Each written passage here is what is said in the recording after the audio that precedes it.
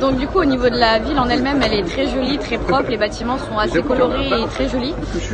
Après ça reste une ville très étudiante, beaucoup d'Erasmus, beaucoup d'écoles aussi au même endroit, donc du coup on voit pas mal d'étudiants. Sinon à part ça, les gens sont assez froids, ils disent pas bonjour facilement et ils vont pas s'ouvrir à vous parler comme ça, comme si de rien n'était. Mais de dire quoi? Genre par exemple si vous allez dans un supermarché, ils vous diront pas bonjour, mais c'est comme ça chez eux, donc on s'en fiche un peu. On parle de la vie après, pas cher. Ouais, peu cher. Et la vie ici est très peu chère, on peut avoir une pinte à 2,50 €, donc c'est cool. Et voilà, donc c'est cool. Ouais, c'est bien.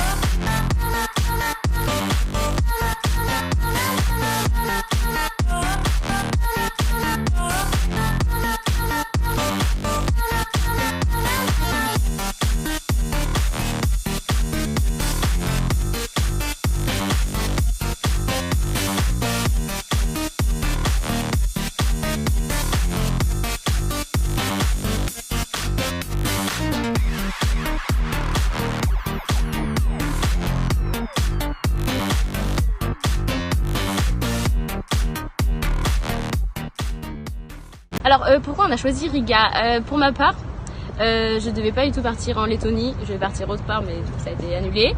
Et je regrette absolument pas le choix. Enfin, on se sent vraiment comme chez nous, même si il y a une culture totalement différente de la France. C'est un dépaysement total parce qu'en fait le pays de l'Est, moi je connaissais pas du tout. Donc comme je connaissais pas du tout, c'était vraiment une destination du coup qui m'intriguait quand même. Et aussi ce qui est bien, c'est qu'il y a plein de pays à côté que comme on connaît pas du tout les pays de l'Est, qu'on va pouvoir visiter. Enfin avec le corona, on espère que ça va se tasser. Et ouais non, dépaysement total et puis on kiffe.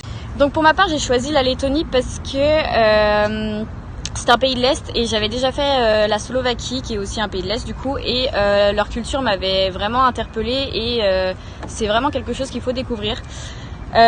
Donc c'est pour ça que j'ai décidé d'aller en Lettonie, et aussi parce que ils ont une belle histoire. Mis à part leur culture, ils ont une très belle histoire qui est mouvementée de partout. Donc donc c'est assez intéressant d'apprendre ça. Il y a aussi le fait que tous les jeunes parlent anglais pratiquement, donc c'est assez facile de se faire comprendre. Et oui, voilà, on s'y sent très très bien maintenant qu'on y est. Et même dans la vie de tous les jours, tout le monde on arrive facilement à se faire comprendre parce que tout le monde parle anglais. C'est le letton, ça se parle que en Lettonie, donc du coup ils sont obligés d'être ouverts sur les autres et donc du coup de parler anglais. Bon, alors concernant l'intégration, on n'en a pas vu parce que étant donné qu'il y a le corona, c'était pas possible. Normalement on devait avoir un week-end d'intégration de 3 jours, mais qui à cause du corona, on a été confinés 15 jours, donc pas possible de le réaliser. Après concernant l'école, c'est un petit bâtiment qui est sur plusieurs étages. Sur plusieurs étages, et en gros chaque étage est divisé pour une année. Donc voilà. Après, au niveau des cours, on a pu jongler entre les 3 années. Donc en fait, on a eu les emplois du temps des 3 années et on a pu choisir les cours qu'on voulait dans chaque emploi du temps. Après, il fallait que ça colle, il fallait que toutes nos matières choisies puissent coller ensemble pour que ça crée un bon emploi du temps, pour pas qu'il y ait deux matières qui se superposent. Et donc voilà, donc nous on suit la plupart de nos cours, c'est avec les 2e années. Donc c'est assez compliqué à suivre parce qu'eux ils ont un niveau d'anglais, limite c'est leur langue maternelle, parce que en fait le letton, vu que ça se parle que dans ce pays-là, ils essayent d'apprendre l'anglais pour pouvoir se faire comprendre de tous. Donc c'est assez compliqué de suivre. Après les matières restent super intéressantes puisqu'on les a choisies, elles sont assez bien, les profs sont assez compatissants, donc c'est assez cool de pouvoir travailler ici quand même. Peut-être dis les matières qu'on a quelques-unes. Alors du coup au niveau des matières, on a choisi microéconomie, international commercial law, qu'est-ce qu'on a d'autre? Pour ma La part, psycho. j'ai International Business, Ouais. Computer Science. C'est pas du tout comme boutique, hein, faut pas croire, c'est du codage, c'est pas du tout la même chose. On a de la psycho aussi, on a de l'espagnol si on veut, Du russe. du russe. Ah oui, le russe. On a de la RH, ouais. Management accounting. C'est la compta un peu, mais assez compliqué ça. Ouais. Et voilà. Voilà au niveau des cours. Ensuite, avec quel étudiant, de quelle nationalité on est en fait, on est les seuls Erasmus. Dans notre classe, on est les seuls Français. Les autres, c'est que des Lettons du coup. Et après, il y en a certains qui essayent de faire des efforts, de nous parler, etc. Mais ça se passe très bien dans l'ensemble. Ensuite, après, il y a un Finlandais. Il y a quand même un Ouzbékistan. Ah oui. Tabek, là. Ah oui, il y a un Ouzbékistan.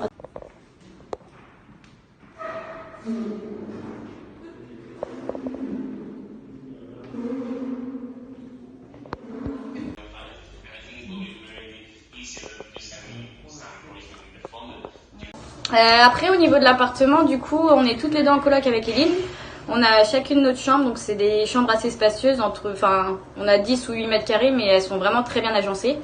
Après, le problème dans l'appartement, c'est qu'on n'a pas de salon. Donc c'est un peu plus embêtant si on veut parler avec les colocs et tout ça. Donc on se réunit dans la cuisine en fait pour parler. Et donc en parlant de nos colocs, on a 2 Tchèques avec nous, un gars et une fille. Ça se passe vraiment super bien, on apprend à se connaître et tout. On passe beaucoup de temps ensemble au niveau des sorties ou le week-end aussi pour aller boire un coup ou quoi que ce soit. Et sinon, au niveau de la localisation, on est à peu près 10 minutes à pied pour aller faire des courses alimentaires. Et on est à 20 minutes à pied de RBS. Et sinon, voilà, après, il y a à peu près tout à côté, donc on n'est pas perdu, quoi. Du coup, il y a plusieurs moyens de trouver son appartement. Donc, il y a soit les groupes Facebook où les Erasmus se postent directement leurs appartements et qui disent voilà, on recherche telle personne, etc. Ou alors, il y a une plateforme qui est directement dédiée à ça et ça s'appelle donc Erasmus U.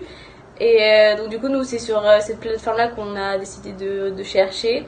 Et donc en fait, on est passé directement par une agence, ce qui fait que on n'a jamais vraiment vu notre propriétaire. Du coup, pour les bourses, il faut savoir que vous allez avoir certaines aides de l'IUT pour pouvoir faire certains dossiers. Après, à vous de vous renseigner aussi au préalable pour voir si vous êtes éligible ou pas à certaines bourses. Parce qu'il faut savoir que si vous en touchez certaines, vous pourrez pas en toucher d'autres. Et donc moi, par exemple, je vais toucher celle du Crous, celle de Erasmus Études et puis c'est quoi la dernière? En Voléo. Mais par exemple, j'ai pas coché la case Amis. Du coup, je vais pas pouvoir avoir celle Amis, alors que c'est une bourse qui serait plus importante que ce que j'ai là actuellement. Donc un peu dégoûtée de ce côté-là, mais après ça reste des bourses qui vont quand même m'aider ici, donc c'est cool. Tu dis le montant? En accumulant les bourses, donc Erasmus Études, Envoléo, Crous, AMI, on est à 3 000 € d'aide financière du coup. Donc du coup, au niveau du budget, donc la vie elle est pas chère du tout à Riga, donc c'est assez facile de débourser. Et donc pour nos sorties, on débourse assez facilement, que ce soit pour aller dans un bar, pour manger fast-food. Donc après c'est un petit budget qu'on a de côté rien que pour ça, mais c'est vrai que ça s'accumule pas mal et donc ça peut augmenter les En vrai, dépenses. je pense, on a dépensé à peu près 40 ou 50 € à deux pour une semaine pour la colocation. Et donc par mois, je pense qu'on devrait être à 200, 300 € par mois facilement. Alors, un duetti, qu'est-ce que ça apporte? Ça apporte déjà une réflexion sur soi-même. On a beaucoup de responsabilités, donc que ce soit financier, on gagne beaucoup d'autonomie aussi, et puis tu débarques tout seul dans un nouveau pays, donc faut que tu t'adaptes, etc. Donc aussi une bonne ouverture d'esprit. Toi, après, qu'est-ce que tu... Non, c'est pareil à peu près pour moi parce qu'on a débarqué ici, on connaissait rien, c'était à nous de trouver, même s'orienter dans la ville, tout ça, donc beaucoup d'autonomie quand même. Après, de l'indépendance au niveau financier parce que c'est à nous de gérer notre budget, donc à privilégier certaines sorties ou non, si c'est payant ou non. Sinon après voilà, ça apporte vraiment beaucoup sur le plan humain aussi parce qu'on rencontre beaucoup de personnes, que ce soit des Français ou des étrangers, donc on se fait facilement des connaissances et des amis après par la suite.